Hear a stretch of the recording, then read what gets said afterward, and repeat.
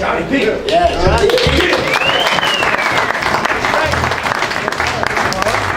I had a groove epiphany one day on the bandstand playing with the Black Crowes, and that was a funny chemistry because you got Steve Gorman, who plays real free and loose, and his roles are real roller coaster, and Sven, the bass player, he's half Spanish and half German, so he's very like practical, and he's also very emotional, and at the same time he's exactly what you want in a bass player.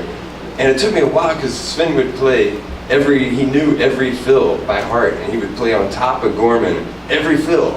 And I was like, why are you doing this? And why, just give the fills to the drummer. But I realized Sven is metronomic, and he's trying to keep Gorman on time and keep the whole band on track. And then you got, keys on top, and you got Rich over here, and he's not listening to anybody. But he's leading the band. He's playing the song. Like, that's one guitar player who's like that's why I couldn't play with Chris with As the Crow Flies, because I said, man, I cannot play that music as much as I love playing with you without Steve Gorman, and mainly without Rich, because he plays those songs, and that's it. Like, they're part of him. Like Noel Gallagher, the Crow's producer, said that Noel Gallagher and Rich, they have this thing about playing when they just play the guitar, it just sounds like a record. They just have this thing, it's like, and I don't have it. No way I was gonna sit in a hotel room and try to figure out Rich's tunings. Yeah, but anyway, I digress. So I was playing with the Black Crowes, and that was the chemistry. So the music, it was ebbing and flowing, and I'm cool with that. I'm down with that. I'm not like military metronomic type of philosophy. That's not my scene. I think speeding up, slowing down can be compositional, But so I'm sitting there playing with the Black Crowes, and it just came to me, and it was like the inner workings of a clock or a Swiss watch, like all these gears moving together, grooving together in these grooves. And I was like, wow, it's grooves. Like, it's not you just making a groove or in the groove. It's like these grooves working together and spinning together. But in that case, it was more like a Salvador Dali type of clock. It's interesting though, I don't know if this is on, but I play in a band called Thievery Corporation, and I don't know if you're familiar with that.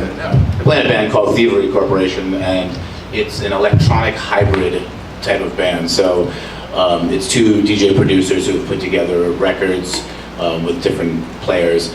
And then when we go out and play live, we're basically playing against padded tracks. So it could be everything from, it could be anything from like listening to a shaker throughout the song that has keyboard patches or horn patches and whatnot. And then you have to play against that, whether you're the guitar player, myself the bass player, the percussion player, and then Jeff wherever he's wandering around here.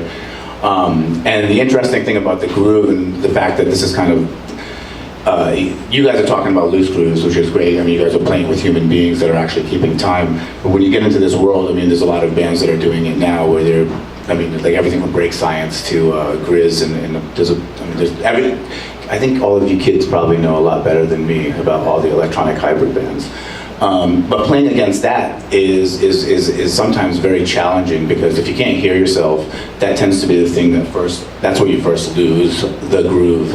But when you're actually playing against it and you're on it, it gets into a situation when he's talking about playing with the metronome or having Sven play as a metronome to keep, Gorman in. It's like, that's the deal. I mean, the beauty behind the live groove is, I don't know if anybody was in that other room and they played Statesboro Blues, but there was a moment when he actually sped up, you know what I mean? And I'm talking about the actual track itself. He was playing by himself. I don't know how you cause that. But he was still in the groove, you know what I mean? He may have sped up, but that's the gig. It's like playing against something that's keeping time. That's really what you need to be doing, and somehow locking in within whatever capacity. So, when you're talking about being challenged by certain moments and whatnot, for me the biggest challenging moment is being able to hear, because these days they've got us on in-ear monitors, which I won't say they're vibe killers, but they're close to being vibe killers. And if you don't get the right mix, depending on the throw and go shows, it can sound like poop, you know what I mean? And because you're playing against something that's already stiff and static, you're the one that's off, you know what I mean? So, yeah, it hurts the heart. My brother does a lot of, we've been using more and more, and our trick is we use one shot. one shots. So because we're gonna get off, and we do get off. So, but we just reset it, you know, and it's just incremental, but it makes it so much easier. And Dominic, one of our bass players, he when Jack White was trying to get his new record together on the road, he said, well, Cody, just use one shots. I was like, that's so cool. But anyway, one shots are really helpful. But you know, let's move on. Repetition is key. You know, be it 4 bars, 8 bars for the whole song. You know, we suffer from ADD so bad, you know. Like we talk about James Brown, but the discipline, I mean, you'd have to have James Brown on your ass to be so disciplined, because it's impossible, man. You're losing money every night. But repetition, yeah, oh man, I gotcha. But repetition is key, man. And it's funny because, yeah, it makes the audience comfortable, but it happens a lot. Like, say you're soloing, and you play a melody, and you play it twice, and then by the 3rd time, the drummer's ready to get on with you, or the other guitar player is about to harmonize with you. But if you're moving on, then you stumbled, you know what I mean? Like, the repetition is, and I learned my bitter experience. But earlier when we were playing, Brandon was playing like super funky, syncopated line, but you repeated it. And it is rhythm, you know, that's a rhythm part. It doesn't have to be just 1 chord or 2 notes or you know, it can be a line to fit into the whole thing. And with that, man, I want to ask Brandon, what you thinking about that? About the syncopated about stuff? Rhythm, man. I just think that, I mean, all the concerts that I go to where it's like funk artists or even like lettuce concerts that I've been to, it's always been like, there's at least one person in the crowd that's dancing. You gotta like, the repetition stuff, you know, it makes them get, you know, into it, and it gets them familiar with what's happening, and then that makes them fall into the groove, because, I mean, it's more important for, I mean, the audience to fall into the groove so that everybody in buildings, you know, coming together in this one thing. So it's syncopated lines and stuff like that helps with that, because, you know, it adds on and it keeps adding on, and then the group becomes thicker and wider, like he was talking about. So that's why I do that, so it helps to like even make it even more heavy, the groove. And the audience is intelligent, man. Like, quote unquote jam band audience, man, they are picky. They are listening and checking chops, and they know what they like. Okay, well, let me ask you, so there's a certain rhythmic phrase that reminds me of Eric Gales that I've heard you play a couple of times at camp this year. In your lead playing, can you talk about that? What, I'm just doing like you mean the fast stuff? Yeah. So that stuff's just, I mean, when I was younger, like, I would, you know, learn all the... Roots rock, man! The first years of Roots Rock... Hey, that's why you're up here, man. You're a teacher, man. Just because you're young in age doesn't mean that we can't learn from you, man. Roots Rock, OG. 6 years running. That's right. So when I was first picking up the guitar, I was learning, you know, all the modes and stuff, but as soon as you escape that stuff and just forget about all the stuff that would be quote-unquote right, you could just escape and just start experimenting with new things and notes that wouldn't necessarily work in one genre but do work in funk, because it's all different, you know. Different things work for different opportunities, different songs, different keys, everything. So, I mean, you just gotta find what works, and I mean, if it doesn't, there's no harm there, as long as it doesn't harm the groove or, you know, throw everybody off. So, I mean, with all that, you know, the fast stuff, it's just switching in between the notes that I hear in my head that I think maybe it'll work, and hopefully it does. But that's all about experimenting and just having fun with it, trusting your gut. But I mean, rhythmically, how do you fall into that triplet? The triplet stuff? I grew up with Eric Gales, and that type of lead playing, I've never gone deep enough into. The triplet stuff, it's not how like you do it, it's more like how you end. You gotta end, like whenever I do it, I try to end on like the one, or like the one end. So like everybody in the audience, you know, like I'll do it, like in the funk jam I was trying to do it like once a minute or something. And like if you do it once in a while, like you can't just keep going fast and fast and fast and fast and fast, because if you do it like maybe once, then everybody's like, whoa, what happened there? Right. You know, everybody's surprised. It brings something new to the equation.